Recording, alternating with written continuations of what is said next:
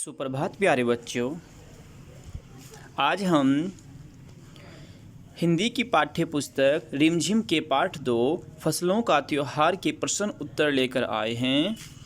आशा है सभी बच्चे इन प्रश्न और उत्तर को अपनी पाठ्य पुस्तिका में करेंगे। प्यारे बच्चों, पहला प्रश्न है, खिचड़ी में ऐसन जाड़ा हम पहले कबो ना देखनी। यहाँ तुम खिचड़ी से क्या मतलब निकाल रही हो?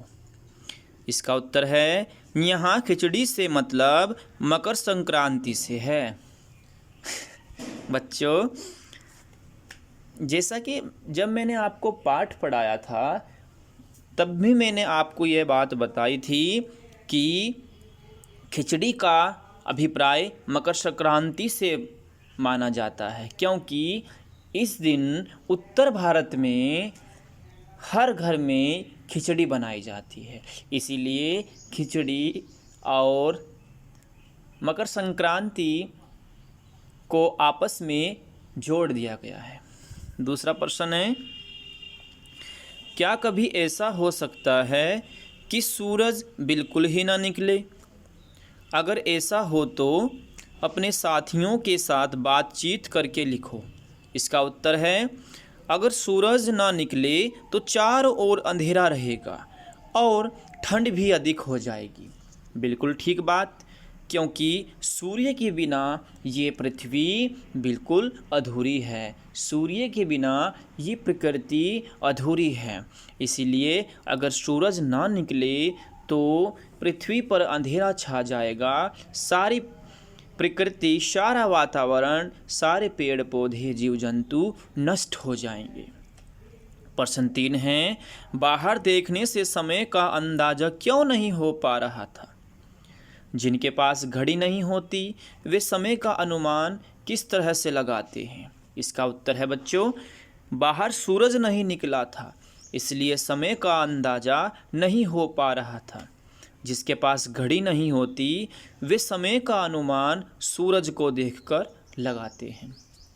बच्चों, कभी कभी आपने भी देखा होगा कि जब ज़्यादा ठंड हो जाती है तो चारों तरफ कोहरा जम जाता है, सूर्य हमें नहीं दिखाई देता, तो इसीलिए पूरा दिन एक जैसा ही दिखाई पड़ता है, उसमें समय की जानकारी नहीं हो पाती। और पहले लोग समय को सूर्य के द्वारा अनुमानित करते थे या सूरज की धूप के द्वारा ही वो समय का अंदाज़ा लगाते थे। बच्चों, अब नीचे कुछ प्रश्न है तुम्हारी जुबान से। इसका प्रश्न का है, आज ये लोग के उठे के नहीं का? इसका उत्तर है, आज ये लोग क्या उठेंगे नहीं? प्रश्न ख है, जब भाग के देख कर के पत्ता आयल की ना? इन वाक्यों को अपने घर की भाषा में लिखो। बच्चों, इसका उत्तर है, जब भाग कर देख केले के पत्ते आए कि नहीं। बच्चों, हम भी अपनी ग्रामीण भाषा बोलते हैं। हमारी ग्रामीण भाषा और हिंदी भाषा में बहुत अंतर पाया जाता है। कुछ ये भाषा है, किसी विशेष क्षेत्र की भाषा है, इसे हिंदी में रूपांतरण दिया गया है। बच्चों, नीचे कुछ प्रश्न हैं, भारत तेरे रंग अनेक। इसका प्रश्न 1 है, विविधता हमारे देश की पहचान है। फसलों का त्योहार हमारे देश के विविध रंग रूपों का एक उदाहरण है। नीचे विविधता के कुछ उदाहरण दिए गए हैं। 5-5 बच्चों का समूह एक एक उदाहरण ले और उस पर जानकारी इकट्ठी करें। जानकारी चित्र, फोटोग्राफ, कहानी, कविता, सूचनापरक सामग्री के रूप में हो सकती है। हर समूह इस जानकारी को कक्षा में प्रस्तुत करे। भाषा, कपड़े, नया वर्ष, भोजन, लोक कला, लोक संगीत। तो बच्चों, इसके उत्तर हैं भाषा। सबसे पहले भाषा के बारे में हम जानकारी इकट्ठा करेंगे। भाषा, भारत में हर जगह पर विभिन्न भाषाएं बोली जाती हैं, लेकिन राष्ट्रभाषा के रूप में सारे भारत में हिंदी का ही प्रयोग होता है। बच्चों, हमारा देश अलग अलग राज्यों में बटा हुआ है। अलग अलग राज्यों की अलग अलग भाषाएं हैं, अलग अलग जनजातियों की अलग अलग भाषाएं हैं, लेकिन फिर भी हमारा देश हमारी राष्ट्रभाषा के माध्यम से आपस में जुड़ा हुआ है। प्यारे बच्चों, हमारी राष्ट्रभाषा है हिंदी।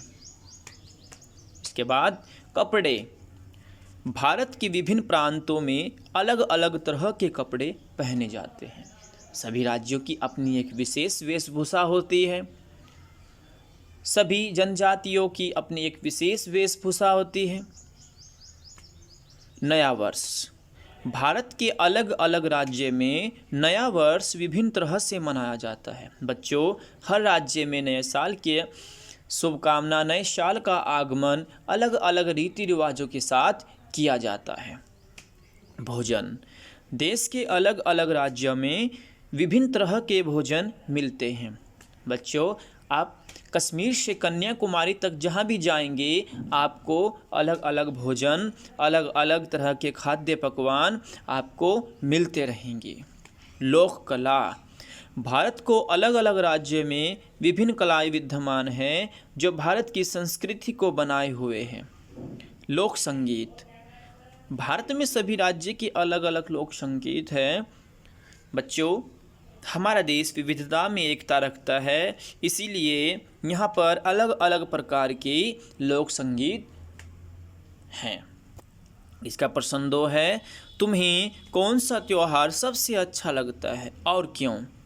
इस दिन तुम्हारी दिनचर्या क्या होती है? बच्चों, इसका उत्तर है, हमें होली का त्यौहार सबसे अच्छा लगता है, क्योंकि इस दिन चारों ओर रंग ही रंग देखने को मिलते हैं।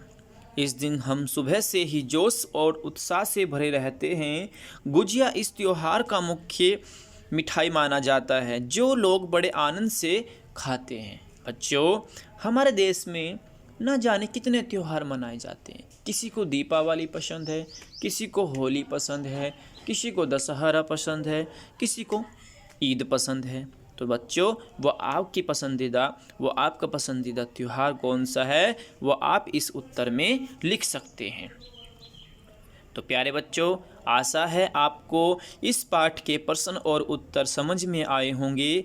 अगर आपको कोई भी समस्या आ रही है तो आप कमेंट बॉक्स में लिख सकते हैं। धन्यवाद।